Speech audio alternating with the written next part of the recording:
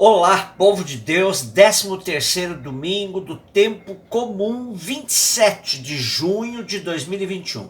Nossa reflexão de hoje é a partir de Sabedoria, capítulo 1 de 13 a 15 e capítulo 2 de 23 e 24.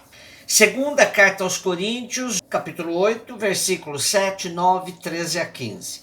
E Marcos 5, de 21 a 43. Deus não fez a morte e nem tem prazer com a destruição dos vivos. Ele criou todas as coisas para existirem e as criaturas do mundo são saudáveis. Nelas não há nenhum veneno de morte, nem é a morte que reina sobre a terra, pois a justiça é imortal. Deus criou o homem para a imortalidade e o fez à imagem de sua própria natureza. Foi por inveja do diabo que a morte entrou no mundo e experimentam os que a ele pertencem.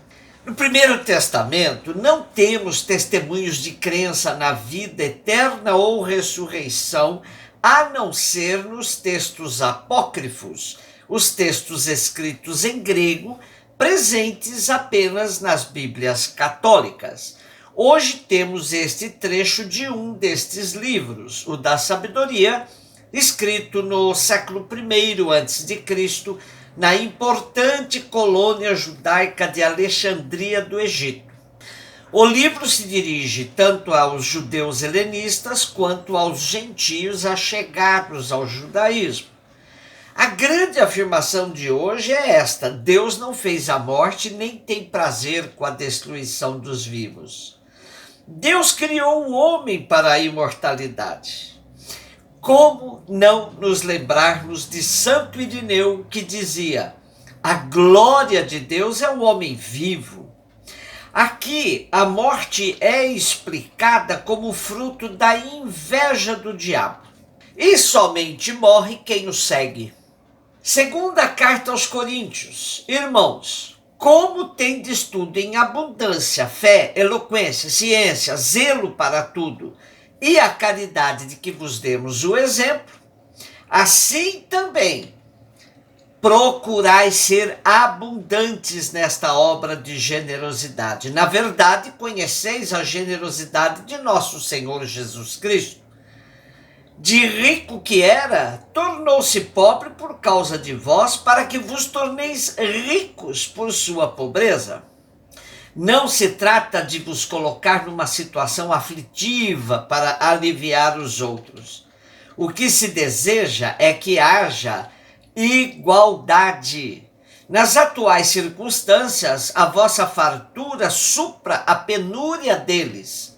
E por outro lado, o que eles têm em abundância venha suprir a vossa carência. Assim haverá igualdade, como está escrito: quem recolheu muito não teve de sobra, quem recolheu pouco não teve falta. O nosso texto de hoje faz parte da secção da segunda carta aos Coríntios, onde Paulo está tentando convencer a comunidade da importância de socorrer as necessidades da comunidade de Jerusalém. Os capítulos 8 e 9 desta carta apresentam-nos uma reflexão importante do apóstolo, que vai muito além da coleta. Trata-se de uma concepção de Paulo sobre a igreja. Para ele, as comunidades deveriam atuar em forma de rede, e a prática da partilha entre elas era fundamental para que a rede se efetivasse. Sem dúvida, o grande destaque do trecho de hoje é o argumento cristológico de Paulo, que diz: na verdade, conheceis a generosidade de nosso Senhor Jesus Cristo. De rico que era, tornou-se pobre por causa de vós, para que vos torneis ricos por sua pobreza. Esse versículo foi usado pelo Papa Bento XVI para esclarecer a necessária opção pelos pobres que deve marcar a vida da igreja. rede de comunidades na partilha, vivendo a experiência de Jesus Cristo que se fez pobre para que fôssemos ricos no seu amor. Marcos 5, 21, 43. Naquele tempo Jesus atravessou de novo numa barca para a outra margem. Uma numerosa multidão se reuniu junto dele e Jesus ficou na praia.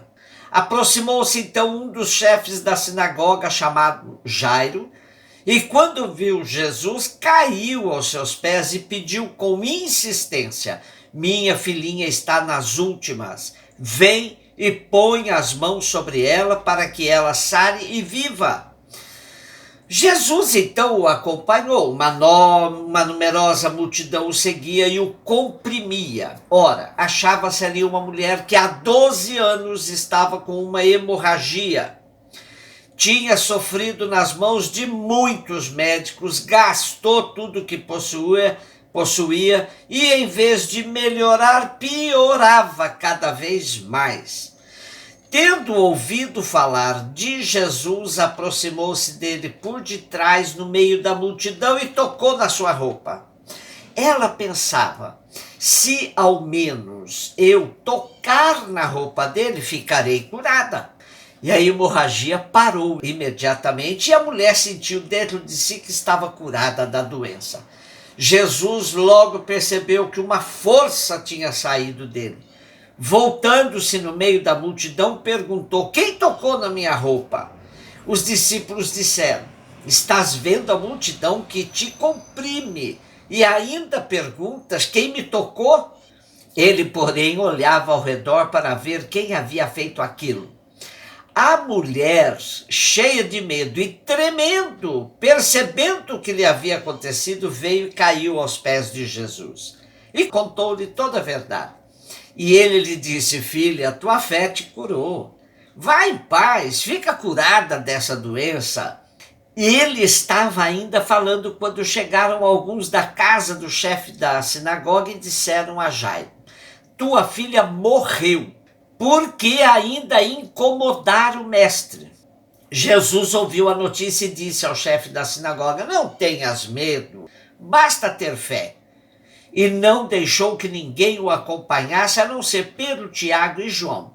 Quando chegaram à casa do chefe da sinagoga, Jesus viu a confusão e como estavam chorando e gritando. Então ele entrou e disse: por que essa confusão e esse choro? A criança não morreu, mas está dormindo.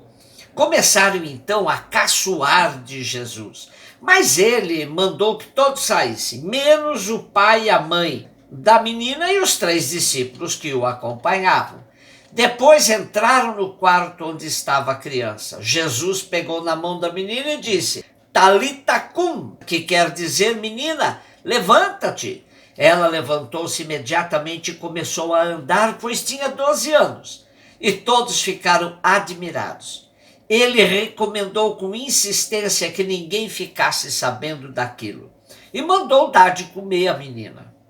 O grande destaque de nosso evangelho de hoje, deste domingo, é a sensibilidade de Jesus com as mulheres, uma adulta e outra menina. Uma é curada por meio da fé de seu pai, um chefe de sinagoga, que pede a Jesus a cura de sua filhinha.